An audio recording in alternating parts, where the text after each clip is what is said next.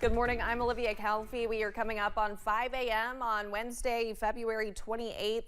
Now let's send it over to meteorologist Tim Drawbridge for a look at your forecast this morning. And good morning, Olivia. Good morning, everyone. We kind of had some signs yesterday morning with the data that it could be a little active this morning, and it definitely appears that we will shape up to be that way over the next 4 to 5 hours. Tornado watch has been issued for most of eastern and southern Kentucky.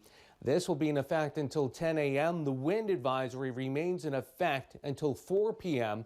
So clearly it is a first alert weather day here on WYMT. And with the tornado watch, we could end up seeing intense rainfall, gusts to 70 miles per hour, and a tornado or two as we head through the next 5 to 6 hours. Temperature-wise this morning, 60s and close to 70 in some spots, and the gusty nature of the wind continues to increase.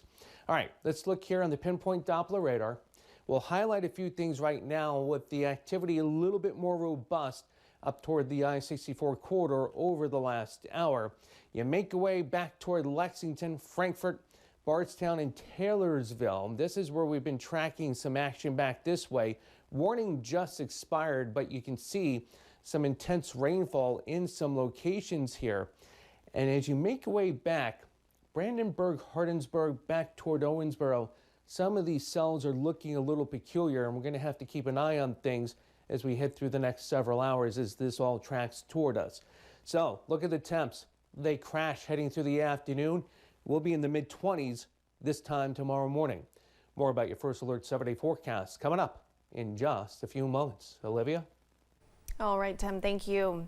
Tuesday, March 5th, Kentuckians will gather in the state's capital city to march and remember the 60th anniversary of Dr. Martin Luther King's Freedom March in Frankfort.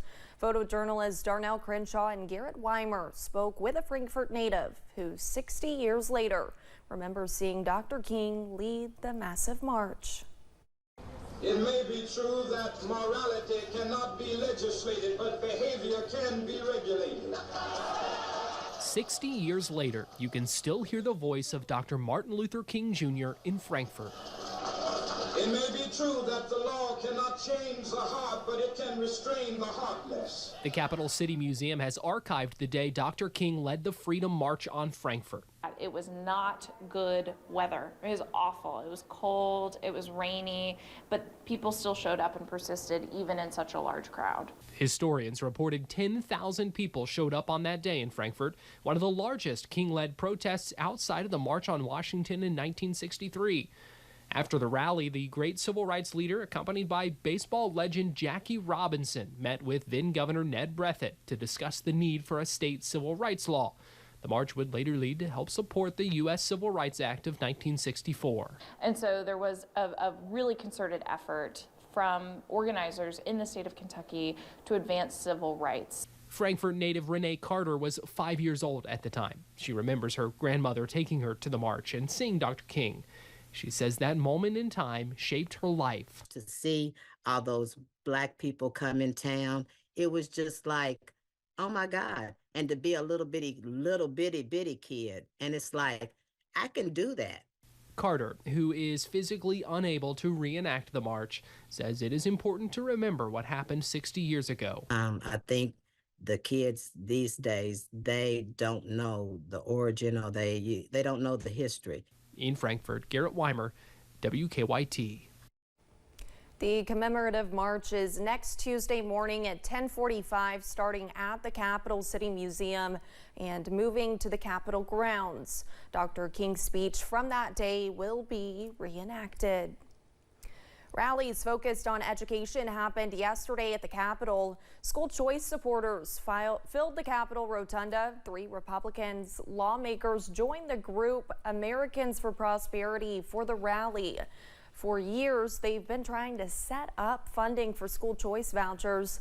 The state Supreme Court has struck down 2 major attempts. Justices say both plans would have unconstitutionally diverted public money to private schools. Folks also gathered Tuesday afternoon for Public School Week. Lieutenant Governor Jacqueline Coleman presented a proclamation. She and Governor Beshear have been pushing for across-the-board teacher raises. Right now, the GOP budget proposal does not include them. There have been other attempts to boost teacher pay, including one Republican bill to give teachers one-time $2,000 payments. Yesterday, people were finding fun and nostalgic ways to celebrate National Retro Day.